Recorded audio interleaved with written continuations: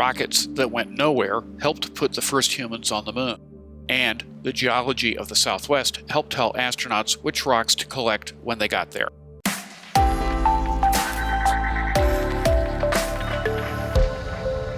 Hi, I'm Dave Dooling, Education Director at the New Mexico Museum of Space History. Today, we'll see how the road to the moon ran through New Mexico. On May 25, 1961, President John F. Kennedy challenged the nation to send a man to the moon and back by the end of 1969. While many people focused on the giant Saturn V rocket that would hurl humans to the moon, the smallest of rocket engines were equally important. They would control Apollo in space and get the astronauts to the lunar surface and back. Like their big brothers, they first had to be tested on Earth. On July 6, 1962, NASA's Manned Spacecraft Center, now Johnson Space Center, selected 28 square miles of the Army's White Sands Missile Range as the home for its new Propulsion Systems Development Facility. Today, it is known as White Sands Test Facility, or simply WSTF. It's on the west side of the San Andreas Mountains, just 6 miles north of Highway 70. NASA wanted isolation because of the fuels they would use. While the giant F-1 and J-2 engines in the Saturn V rocket burned clean oxygen with hydrogen or a type of kerosene, spacecraft thrusters posed a different challenge. They burned compounds called hypergolics, meaning extreme fire. These are nitrogen, holding oxygen, or carbon and hydrogen. They store easily, ignite on contact, and can be pumped by gas pressure, but they are highly toxic.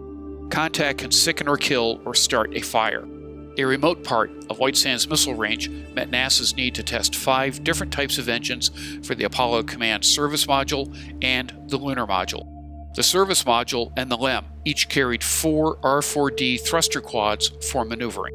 The Command Module had 12 thrusters buried inside so they could work during the fiery entry into Earth's atmosphere at the end of the mission. With each set, a single failure could be made up by clever use of the remaining engines. Not so with the 3 largest engines. The Service Module engine slowed Apollo into orbit around the moon and, most important, sent the spacecraft back to Earth. The LEM descent engine had the extra challenge of throttling smoothly from 100% power down to 10%. After all, the more fuel you burn, the less your ship weighs, so you have to ease up on the gas pedal to meet the lunar surface at just the right speed. Finally, you want to go home. The LEM ascent engine only had to fire once to put the crew into lunar orbit. If it didn't work, there's no tow truck to get you home. All the engines were extensively tested at White Sands under a range of conditions, including the vacuum of space. That was done by using high-pressure steam to keep outside air from backing into the test chamber and damaging the engine. And here's a bit of trivia for you. Some skeptics claim that since the Apollo 17 video of Challenger leaving the surface did not have a bright yellow-white flame, the landings were faked. In fact, hypergolics burn clean, like this image of a Titan II launch. Most of the flame is caused by 2 plumes hitting each other and the atmosphere. The Apollo spacecraft was topped by a launch escape system tested on the other side of the mountains at White Sands Missile Range. The escape system would pull the crew to safety, fast, in case the Saturn failed and 3,000 tons of rocket fuel became a fireball. Since the tests only went partway to the moon, a much smaller rocket launched the capsule. The Little Joe 2 used solid rockets to boost a boilerplate, or engineering model, of the Apollo Command Module. The entire abort system was tested, including onboard sensors, escape rocket, and parachute system. In case of failure, the escape rocket would pull the capsule away and a pitch motor would tilt it towards the ocean. Finally, a third solid would pull the escape tower away to expose the parachutes that would slow the spacecraft and then lower it to the ocean. On each of 5 unmanned tests, the escape system worked perfectly, especially on the 5th and last test, where the Little Joe pulled itself apart and the abort system triggered before the ground crew could act. New Mexico's role extended beyond rocket tests. On January 27, 1967, a fire inside the Apollo 1 capsule killed astronauts Gus Grissom, Ed White, and Roger Chaffee during a test on the launch pad. White Sands Test Facility was given the task of testing the flammability of any materials that would go inside the capsule and its enriched oxygen atmosphere. New Mexico also offered rugged terrain that simulated many aspects of what we expected to find on the surface of the moon.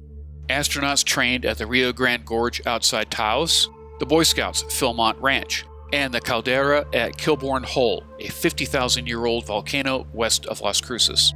Two of the moonwalkers were from New Mexico. Ed Mitchell was born in Texas, but always considered Artesia to be his home. He walked on the moon during the Apollo 14 mission. Jack Schmitt was born in Santa Rita and raised in Silver City. On Apollo 17, he became the only geologist to walk on another world.